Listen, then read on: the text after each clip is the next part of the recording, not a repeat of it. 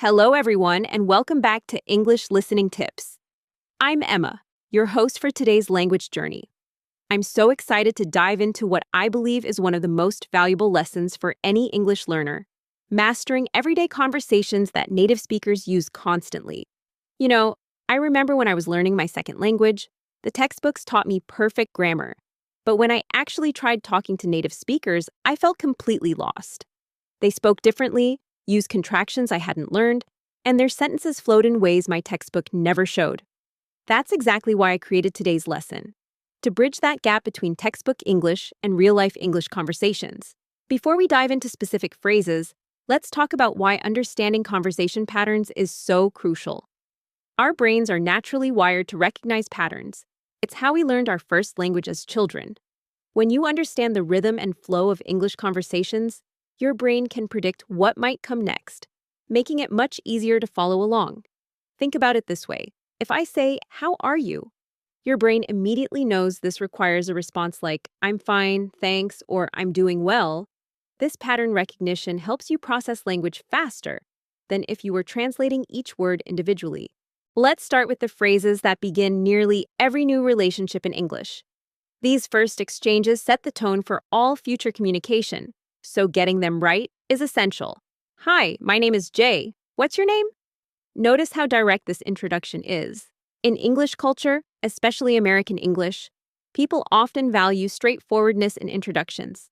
There's no lengthy formal preamble, just a friendly greeting, self-introduction, and a question inviting the other person to share their name. When responding to an introduction, English speakers often repeat the phrase structure. "Hi, Jay. I'm Emma. Nice to meet you." The echo pattern helps establish a rapport quickly. It signals, "I'm following the conversation rules you've established." Now, once names are exchanged, the conversation typically moves to origins. "Where are you from?" "Where do you live?" Notice the distinction between these questions. "Where are you from?" asks about your heritage or where you grew up. Your origins. "Where do you live?" asks about your current location. A typical exchange might sound like, "I'm from China, but I live in London now." Did you catch how I connected those two answers with "but"? This is a natural flow in English conversation, providing related information in a single response rather than waiting for each individual question. Small talk is absolutely essential in English-speaking cultures. It might seem superficial, but it serves an important social function, establishing comfort and connection before deeper conversation. Let's look at work-related small talk. "What do you do?" This is the most common way to ask about someone's profession. Notice it's not, "What do you do for work?" or "What is your job?" Though those would be understood, native speakers often trim questions to their essential elements. A typical response might be, "I work at a bank. I've been a financial advisor for about 5 years now." See how I added extra information beyond what was asked? That's a conversation technique called offering a hook, giving the other person something they can ask about next. Maybe they'll ask what a financial advisor does, or comment on the 5-year time frame. When discussing leisure activities, you'll commonly hear, "What do you do for fun?" "What are your hobbies?" These questions serve identical purposes. The first is more casual, while the second is slightly more formal. Your answer might be, "I like listening to music, mostly indie rock and some classical when I'm working." Again, notice how I provided extra information, the specific music genres. This gives the conversation somewhere to go next. As conversations deepen, more personal details might be exchanged. Let's look at how these typically flow. "How old are you?" "I'm 25 years old." Now, a cultural note here. In many English-speaking countries, particularly with adults, asking about age directly can be considered impolite. This question is generally acceptable among younger people or in certain contexts, like medical settings. When in doubt, wait for the other person to mention their age first. For sharing contact details, "What is your email address?" It's 12345@gmail.com. Notice how email addresses are spoken. We say "at" for the @ symbol and "dot" for the period. We never say point or full stop for email addresses in English. "What's your phone number?" It's 12345. Phone numbers are typically spoken as individual digits or in small groupings, not as full numbers. So 507-555-3842 would be spoken as 507-555-3842 not 507,555,3,842. When discussing preferences, these question formats are standard. What kind of music do you listen to? I listen to rap. What kind of movies do you like? I don't like to watch movies. The what kind of structure is extremely useful for asking about preferences in nearly any category. You could substitute almost anything. What kind of food, books, sports, cars do you like? Making plans in English has its own vocabulary and rhythm.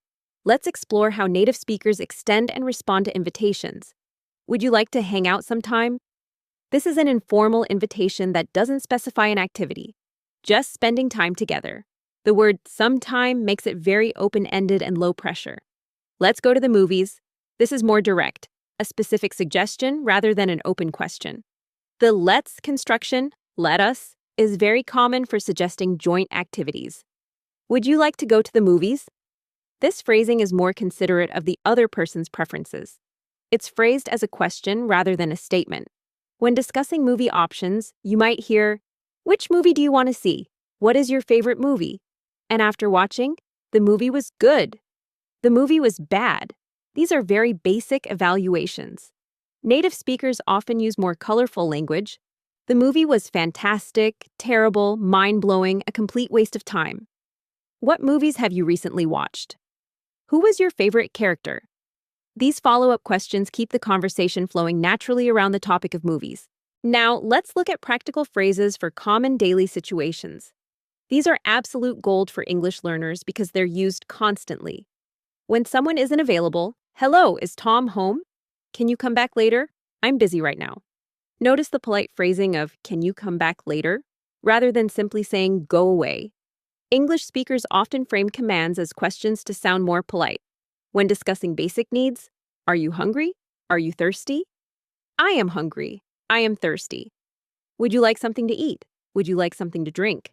These phrases follow a logical pattern, asking about a state, stating a state, and offering to address that state. Learning these patterns helps you predict conversation flow. When you need assistance, "I am lost. Can you give me directions?" This combination is perfect, stating your problem and then asking for specific help. "Can you fix it?" "How do I fix it?" "I can fix it." Notice the three variations: asking if someone else can solve a problem, asking how to solve it yourself, and volunteering to solve someone else's problem. For expressing regret or confusion, "I am sorry. I do not understand."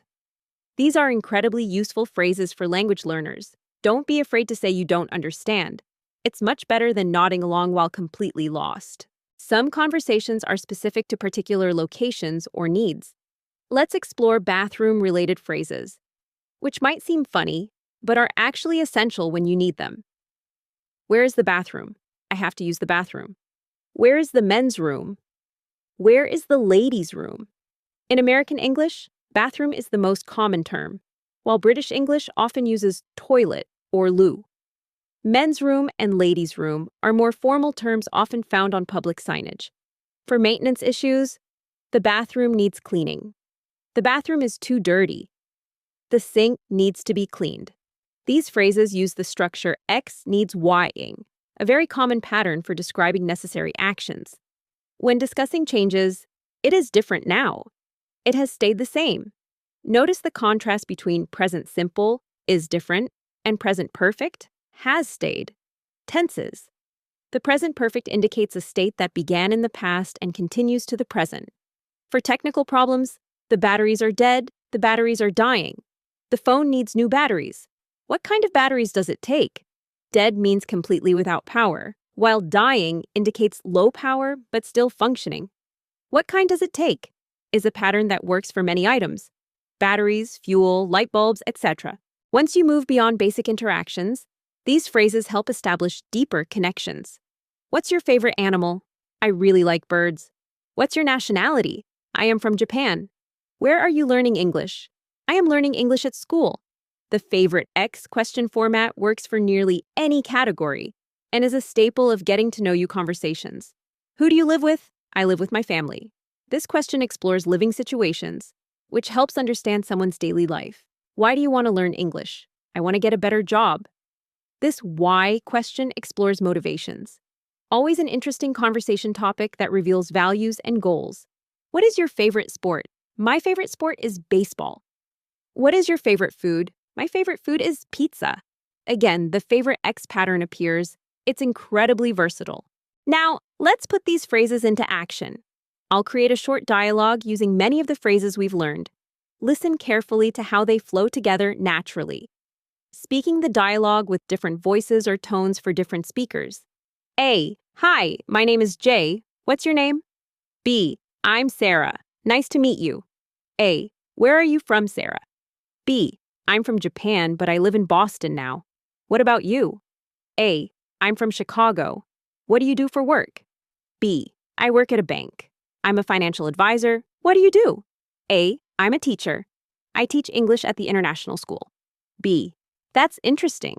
What do you do for fun? A. I like listening to music and watching movies. What kind of music do you listen to? B. I listen to rap mostly. Would you like to get coffee sometime? A. Yes, I'd love to. Are you free this weekend? See how naturally one question leads to another. That's the rhythm of English conversation. Each answer often contains a hook for the next question. Before we wrap up, let me share some common mistakes that even advanced English learners make with these everyday phrases. 1. Using overly formal language for casual situations. For example, saying, I would like to inquire about your occupation, instead of, what do you do? 2. Not providing hooks in your answers. One-word answers like, yes or Japan don't give the conversation anywhere to go. 3. Cultural misunderstandings. Like asking personal questions too soon about age, salary, or relationship status, which can make native English speakers uncomfortable. 4. Being too direct with requests. Give me water sounds demanding, while, could I have some water, please? Sounds polite. That brings us to the end of today's lesson on essential, everyday conversations. Remember, these patterns and phrases are the building blocks of fluent, natural-sounding English. The more you practice them, the more automatic they'll become. Here's your challenge for this week. Try to use at least 5 of these conversation patterns in real-life situations. Maybe start a conversation with a colleague, practice ordering food in English, or even just rehearse these dialogues with a friend who's also learning English. If you're watching this video at home, pause right now and practice saying these phrases out loud. Remember, listening is important, but speaking is how you make these patterns your own. Thank you so much for joining me today on English Listening Tips. If you found this helpful, please like this video, subscribe to our channel, and hit that notification bell so you never miss a new lesson. Until then, keep practicing, stay curious, and remember, every conversation is an opportunity to improve your English. See you next time.